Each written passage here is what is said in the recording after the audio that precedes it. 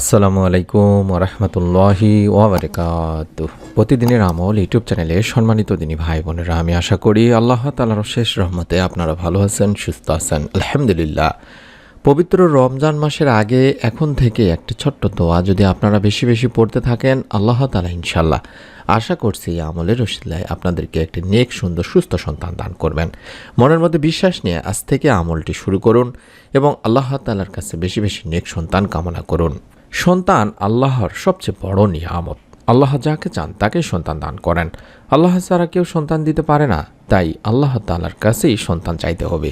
আল্লাহ তাআলা কোরআনুল কারিমে বলেন, তিনি যাকে চান কন্যা সন্তান দেন, যাকে চান পুত্র দেন, অথবা পুত্র ও কন্যা উভয় মিলিয়েই দেন, আবার যাকে ইচ্ছা বন্ধা করে দেন। নিশ্চয়ই তিনি সর্বজ্ঞ সর্বশক্তিমান। আল্লাহ তাআলা নিজেই বলছেন। আল্লাহর নবী ইব্রাহিম আলাইসাল্লামও আল্লাহ তাআলার কাছে নেক সন্তানের জন্য দোয়া করেছিলেন। আল্লাহ তাআলা তার দোয়াও কবুল করেছিলেন। আল্লাহ তাআলার কাছে যে দোয়াটির মাধ্যমে তিনি দোয়া করেছিলেন, সেই দোয়ার আমলটি আমরা বেশি বেশি করব।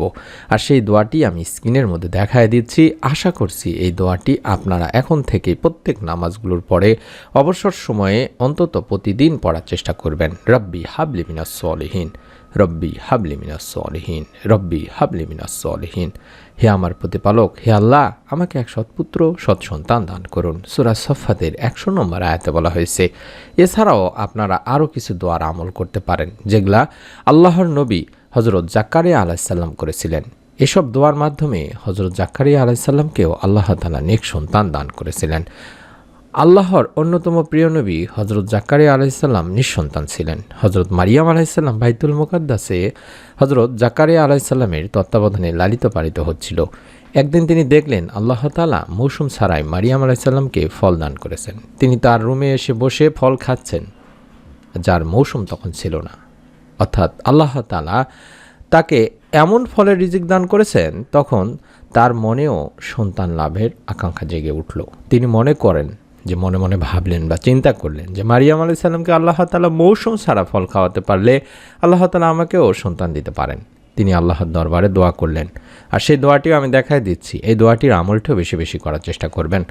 রব্বি হাবলি মিল্লাদুনকা যুরআইতান তাইয়্যিবা ইন্নাকা সামিউদ দোয়া। এই দোয়াটিও বেশি বেশি পড়বেন। এই দোয়ার মাধ্যমে আল্লাহ তাআলা বান্দাকে নেক সন্তান দান করে থাকেন। এই দোয়ার অর্থই হচ্ছে, হে আমার প্রতিপালক, হে আল্লাহ, আপনার পক্ষ থেকে আমাকে পুত্র পবিত্র সন্তান দান করুন। নিশ্চয়ই আপনি দোয়া কবুলকারী। সূরা আলী ইমরানের এই দোয়াটির কথাই বলা হয়েছে।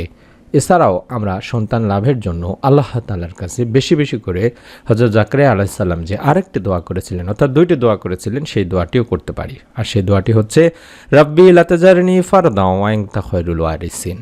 এই দোয়াটিও আপনি বেশি বেশি পড়বেন প্রত্যেক নামাজগুলোর পরে এবং রমজানের আগে বেশি বেশি এখন থেকেই পড়ার চেষ্টা করবেন এবং আল্লাহ তাআলার কাছে নেক সন্তান কামনা করবেন। এই দোয়ার অর্থই হচ্ছে, হে আমার পালনকর্তা, হে আল্লাহ, আমাকে একা রেখো না, তুমি তো উত্তম ওয়ারিস বা দানের অধিকারী। এটা সূরা আম্বিয়ার 89 নম্বরে রয়েছে। আর এই দোয়া কবুল হওয়া প্রসঙ্গে আল্লাহ তাআলা বলেন, অতঃপর আমি তার দোয়া কবুল করেছিলাম, তাকে দান করেছিলাম ইয়াহইয়া এবং তার জন্য তার স্ত্রীকে প্রসবযোগ্যও করেছিলাম। সুবহানাল্লাহ।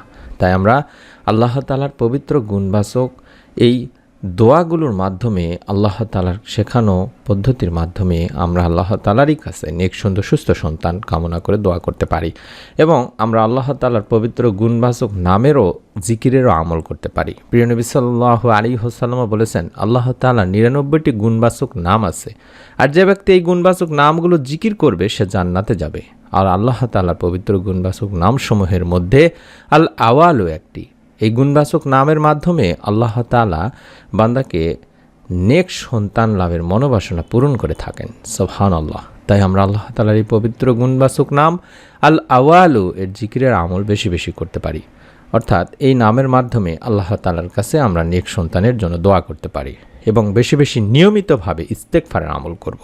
নিয়মিত ইস্তেগফারে অকল্পনীয় সাহায্য পাওয়া যায়। আল্লাহ রাসূল সাল্লাল্লাহু আলাইহি ওয়াসাল্লাম বলেছেন, যে ব্যক্তি নিয়মিত ইস্তেগফার করবে, আল্লাহ তার সব সংকট থেকে উত্তরণের পথ বের করে দেবেন, সব দুশ্চিন্তা মিটিয়ে দেবেন এবং অকল্পনীয় উৎস থেকে তার রিজিকের সংস্থান করে দেবেন। সুবহানাল্লাহ। এটি আবু দাউদ শরীফের একটি হাদিস। এবং ইস্তেগফারের মাধ্যমে আল্লাহ তাআলা বান্দাকে সন্তান লাভের মনোবাসনা পূরণ করে থাকেন। তাই আমরা চেষ্টা করব দিনী ভাই বোনেরা বেশি বেশি করে ইস্তেগফারের আমল করা এবং যেই আমলগুলো শিখিয়ে দিলাম এই আমলগুলো করা। আমরা দোয়া করি আল্লাহ তাআলা আপনাদের সকলকে যেন এই আমলের ওসিলায় একটি নেক সুন্দর সুস্থ সন্তান লাভের সুসংবাদ দান করেন, আমিন। আমাদের চ্যানেল থেকে সন্তান লাভের পরীক্ষিত ভিডিওগুলো দেখে নেওয়ার অনুরোধ করছি এবং নতুন আমলের ভিডিওগুলো যখনই আমরা দেব, বিশেষ করে পবিত্র রমজান মাসে আমরা অত্যন্ত নতুন গুরুত্বপূর্ণ ভিডিওগুলো দেওয়ার চেষ্টা করব ইনশাআল্লাহ। আশা করছি সেই ভিডিওগুলো পাওয়ার জন্য হলেও চ্যানেলটির সঙ্গে থাকবেন বা সাবস্ক্রাইব করে রাখবেন। সকলে ভালো থাকুন, সুস্থ থাকুন। আমরা দোয়া করি আল্লাহ তাআলা আপনাদের সকলকে এই আমলের ওসিলায় আপনাদেরকে একটি নেক সুন্দর সুস্থ সন্তান দান করুন, আমিন। আসসালামু আলাইকুম ওয়া রাহমাতুল্লাহি ওয়া বারাকাতুহু।